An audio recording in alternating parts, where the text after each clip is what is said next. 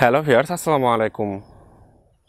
কৃষি পরিবারের পক্ষ থেকে আপনাদের সবাইকে জানাচ্ছি আন্তরিক শুভেচ্ছা এবং অভিনন্দন। ভিউয়ার্স, আজকে কিন্তু খুবই গুরুত্বপূর্ণ একটি ভিডিও নিয়ে হাজির হয়েছি। আপনারা যারা চাল কুমড়া চাষ করতেছেন বা করতে চাচ্ছেন তাদের জন্য কিন্তু এই ভিডিওটা খুবই গুরুত্বপূর্ণ। কারণ আজকের ভিডিওতে আমি আপনাদেরকে দেখাবো চাল কুমড়া গাছে কী দিলে মাত্র 25 থেকে 30 দিনের ভিতরে প্রচুর পরিমাণ চাল কুমড়া ধরবে। ভিউয়ার্স, আমি আশা করি আপনারা যদি আমার মতো করে চাল কুমড়া গাছে পরিচর্যা করেন তবে আপনাদের চাল কুমড়া গাছেও কিন্তু বাম্পার ফলন আসবে। তবে চলুন ভিউয়ার্স, মূল ভিডিওতে চলে যাই। আমি প্রথমে এখানে 2টি চাল কুমড়া গাছ লাগিয়ে দিয়েছি। দেখুন আমার এই চাল কুমড়া গাছগুলো কতটা বড় হয়ে গেছে। আমার এই চাল কুমড়া গাছগুলো কিন্তু ইতিমধ্যে ডোগা নিতেও শুরু করেছে। ফের দেখুন আমার 2টি গাছই কিন্তু ডোগা নিতে শুরু করেছে। আর এই যে এইদিকে দেখুন এই গাছটাও কিন্তু ডোগা নিতে শুরু করেছে। গাছের পাতাগুলো দেখুন কতটা টাটকা এবং সতেজ দেখা যাচ্ছে। আমি চাল কুমড়া গাছের গোড়া থেকে কিন্তু 2-1টা পাতা ভেঙে দিব। তো দেখুন ভিউয়ার্স, আমি নিচের দিকে কিন্তু কিছু পরিমাণ শুকনো গোবর সার দিয়ে দিয়েছি। আমি চাল কুমড়া গাছের গোড়া থেকে কিছু পরিমাণ মাটি সরিয়ে কিন্তু শুকনো গোবর সারটা দিয়ে দিয়েছি। তো আমি এই শুকনো গোবর সারগুলো কিন্তু গাছের মধ্যে কয়েকদিন আগে দিয়ে দিয়েছিলাম।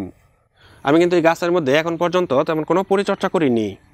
আজকে কিন্তু আমি চাল কুমড়া গাছের মধ্যে রাসায়নিক সার দিয়ে পরিচর্যা করব। তবে আপনারা চাইলে কিন্তু জৈব সার দিয়েও পরিচর্যা করতে পারেন। আমি রাসায়নিক সার এবং জৈব সার উভয় সার দিয়ে কিন্তু আপনাদেরকে চাষ করে দেখাবো।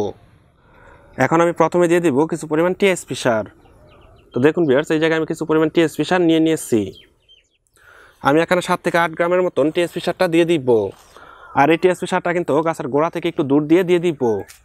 এতে করে কিন্তু আমার চাল কুমড়া গাছগুলো দ্রুতই বড় হবে। এখন আমি দিয়ে দিব কিছু পরিমাণ পটাশ সার।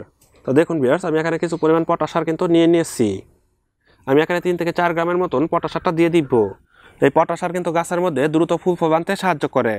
পটাশ সারটা দেওয়ার পর এখন আমি দিয়ে দিব কিছু পরিমাণ ফুরাডান। এই ফুরাডানটা কিন্তু আমি গাছের গোড়ায় দিয়ে দিচ্ছি। এই ফুরাডান কিন্তু গাছকে বিভিন্ন রকমের পোকামাকড় আক্রমণ থেকে রক্ষা করবে। আমি এখানে 3 থেকে 4 গ্রামের মতন ফুরাডানটা দিয়ে দিচ্ছি। এই ফুরাডান কিন্তু আপনারা বাজারে ফুরাডান নামে নাও পেতে পারেন। এই ফুরাডান আপনারা বাজারে সানফুরান, কার্বোফুরান অথবা বিভার 5G নামে পেয়ে যাবেন।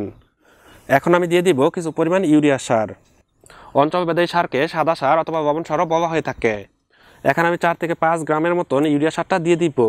এই ইউরিয়া সার কিন্তু গাছের নাইট্রোজেনের ঘাটতি পূরণ করে। এতে করে কিন্তু চাল কুমড়া গাছগুলো খুব দ্রুতই বড় হয়ে যাবে। আপনারা কিন্তু ঠিক এইভাবে ইউরিয়া সারটা দিয়ে দিবেন। এখন আমি দিয়ে দিচ্ছি কিছু পরিমাণ ভিটামিন। ভিউয়ার্স, এখানে আমি 3 থেকে 4 গ্রামের মতন ভিটামিনটা দিয়ে দিব। এই ভিটামিনটা কিন্তু আমি গাছের গোড়া থেকে একটু দূর দিয়ে দিব। আমি এই সারগুলো দেওয়ার পর কিন্তু এই সারগুলো ঢেকে দিব। আপনারা চাইবে কিন্তু গোবর সার দিয়ে সারগুলো ঢেকে দিতে পারেন। আবার আপনারা চাইবে মাটি দিয়েও কিন্তু এই সারগুলো ঢেকে দিতে পারবেন। ভিউয়ার্স, অবশ্যই কিন্তু আপনারা এই সারগুলো দেওয়ার পর সারগুলো ঢেকে দিবেন। এইভাবে যদি আপনারা চাল কুমড়া গাছে পরিচর্যা করেন তবে এই পরিচর্যা করে দেওয়ার 25 থেকে 30 দিনের ভিতরে কিন্তু চাল কুমড়া ধরবে। আর এই সারগুলোর মধ্যে কিন্তু গাছ বৃদ্ধি হওয়ার জন্য পর্যাপ্ত পরিমাণ খাদ্য উপাদান আছে। তাই অবশ্যই কিন্তু ভিউয়ার্স, আপনারা চাল কুমড়া গাছগুলো ছোট অবস্থায় এই সারগুলো দিয়ে দিবেন। এই সারগুলো কিন্তু আপনারা 25 থেকে 30 দিন পর পর দিতে পারবেন। অবশ্যই কিন্তু ভিউয়ার্স, আপনারা চাল কুমড়া গাছে ঠিক এইভাবে পরিচর্যা করবেন। এই পরিচর্যা করে দিবে কিন্তু খুব দ্রুত এই চাল কুমড়া গাছগুলো বড় হবে। এইভাবে চাল কুমড়া গাছে পরিচর্যা করবে কিন্তু তেমন কোনো রোগ বালাইও দেখা যাবে না। তাই অবশ্যই কিন্তু ভিউয়ার্স, আপনারা ঠিক এইভাবে পরিচর্যা করবেন। সারগুলো দেওয়ার পর এই সারগুলো এখন আমি ঢেকে দিচ্ছি। আমি কিছু পরিমাণ শুকনো গোবর সার দিয়ে কিন্তু এই সারগুলো ঢেকে দিচ্ছি। আপনারা কিন্তু ঠিক এইভাবে শুকনো গোবর সার দিয়ে সারগুলো ঢেকে দিতে পারেন। আবার আপনারা চাইবে কিন্তু মাটি দিয়ে সারগুলো ঢেকে দিতে পারেন। এই সারগুলো দেওয়ার 2 থেকে 3 দিন পর পানি দিবেন। ভিউয়ার্স, এই ছিল আমার আজকের ভিডিও। আমার এই ভিডিওটা যদি আপনাদের কাছে ভালো লেগে থাকে তবে অবশ্যই লাইক, কমেন্ট এবং শেয়ার করবেন। আর নতুন নতুন সুন্দর সুন্দর কৃষিভিত্তিক ভিডিও পাওয়ার জন্য অবশ্যই কৃষি পরিবারের সাথে থাকবেন। আপনারা চাইবে কিন্তু আমাদের ফেসবুক পেজও যুক্ত হয়ে যেতে পারেন। আমাদের ফেসবুক পেজের নাম হচ্ছে কৃষি পরিবার। সবাই ভালো থাকবেন, সুস্থ থাকবেন এই কামনা করে আজকের মতো বিদায় নিচ্ছি। দেখা হয়ে যাবে আগামী কোনো নতুন ভিডিওতে।